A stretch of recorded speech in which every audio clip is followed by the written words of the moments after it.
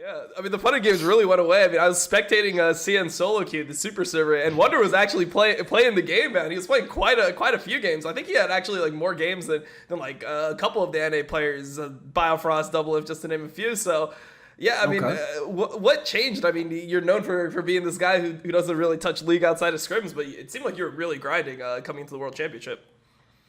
Well, yeah, I mean, for the first like 2-3 weeks, I think I played actually like a lot of solo queue. I think it mainly just came from, well, we, like all of us agreed to before we went into Worlds, how we would like approach going into Worlds. You know, we would like start with less scrims than usual, like more solo queue. Of course, we're going into like a quarantine. We couldn't really like talk together, I guess. Like we had to quarantine alone in our own hotel room. So reviews were worse.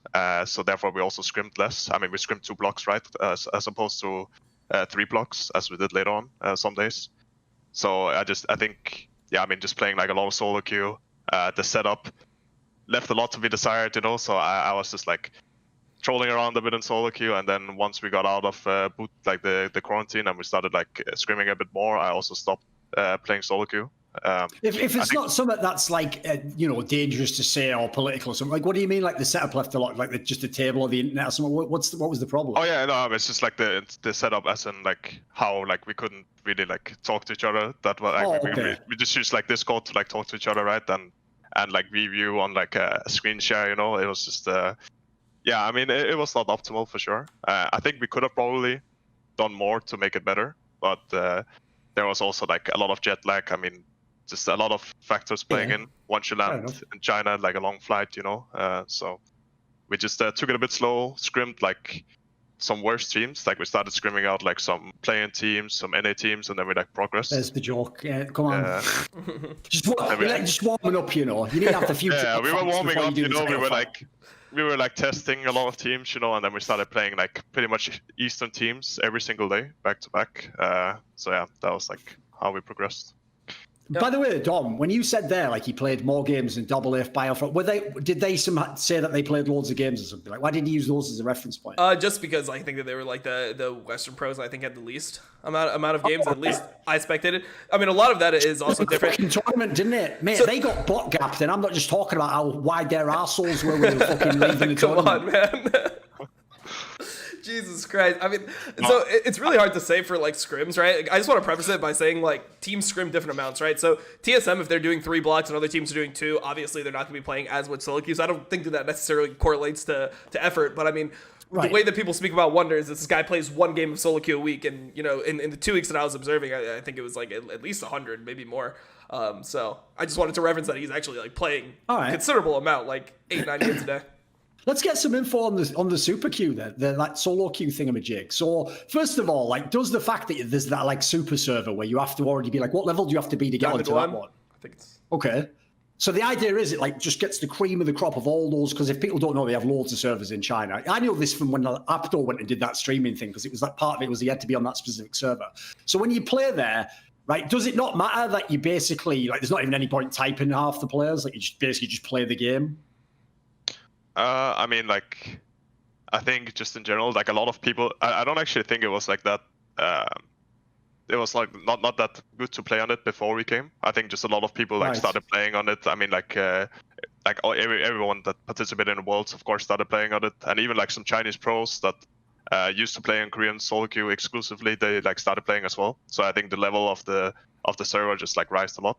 But there's like a lot of one tricks, I guess, like a lot of really, really good players on like their specific champions. Like the Korean solo queue in that sense then. Yeah, there's like some similarities there, but I think there's like just so many games, like just massive. Like what's the most bullshit one trick you have to play? Are there fuckers just playing? I know what he's gonna say, dude. It's got to be the Fiora one tricks, man. He was so ready to play against Nuguria's Fiora because he must have played against 50 Chinese Fiora one tricks. Okay, I have to say something to that clip, like.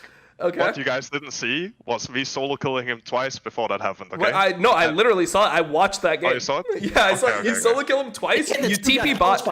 Yeah, you TP'd like bot and like helped your team. So usually what happens against Fiora is like I TP somewhere and my jungler goes like top to catch the wave, then he dies to him, and Fiora just takes my entire tower, and all of a sudden he has like a tower, 5 plates, and a kill on my jungler, and I'm like, yeah, the game is just lost now. So that's like usually what happened when I played against him. But I actually think like the most bullshit champ has to be like Katarina or something like that champ.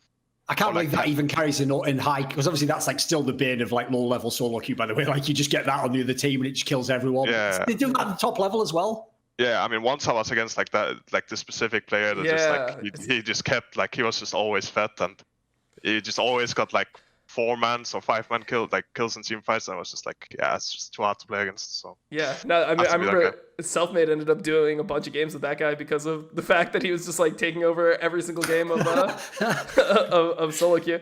That's actually quite cool if you're the jungle though. You can just say, let's just do it together. Then I have to face you. I'm amazed Selfmade could handle it. I thought he would just be curling his fucking ass off the screen if that happened. No, I mean, is he not a tilter? Yeah, I'm not sure. From what I talked to him, I think he actually tilts probably like the least. And Fnatic also, like from watching their voice comms, it also seems like he's the guy to like. He doesn't talk much. Yeah. I mean, he seems like he's the most neutral party on that team. Like anytime you listen to the voice comms, it's always a 2v2, right? It's 2 people want to go in, 2 people want to run away, and then Selfmade kind of just says whatever he thinks is best for the situation. And I guess he's like the swaying vote for how teams are going to approach it. So, yeah, I mean, you should go next year, Dom. You should just go and do like 3 months where you just go on the Korean Chinese solo. Mate, I bet that if people watch your for the actual gameplay, wouldn't that be like the best environment? Yeah, no, I think it would be fun. I mean, I had plans to go to Korea this year. I went to Europe the year before, but I think that was actually when Wunder was at MSI, so I didn't actually get to play against Wunder like any of the G2 players, but. European solo queue was really fun, and what's amazing to me is when you have European players come back from Worlds, like Selfmade, he's like, damn, like EUS solo queue is so shit compared to this, or like everyone just types her all the time, like the quality is so low. Compared to NA, I'm assuming, For me, when I went to EU, I'm like, wow, this is really quality, man. Like everyone here is trying pretty hard. There's a lot of pro players in these games. There's not that many one tricks. I'm like, damn, this is the fucking promised land. Like I love playing over there. Mate, you're just like, listen, this Spanish guy told me to kill myself, but he's still playing. He's not in. Yeah. Like, dude, it's an upgrade. Dude, of course, man. I don't care if somebody says rope yourself or whatever. Like, just fucking play the game, please. Just don't AFK. Of course, I know. That is one area where, listen, I'm not going to go on a whole rant. Like, I understand kids grow up differently today and people have different sensibilities, but like, in a way, I think that stuff actually does help a little bit for like your mental state if you want to be a competitor. It just hardens you, doesn't it? Like, mate, when I was growing up, especially in games, obviously, you can imagine what the early internet was like. Like, the idea that like no one even batted an eyelid if people said outrageous shit. You were just like, well, I'm on the internet. What do you expect? Like, I'm gonna have to deal with this. But as a result, if you couldn't get through that, you'd have never become a pro in the first place. Yep, absolutely.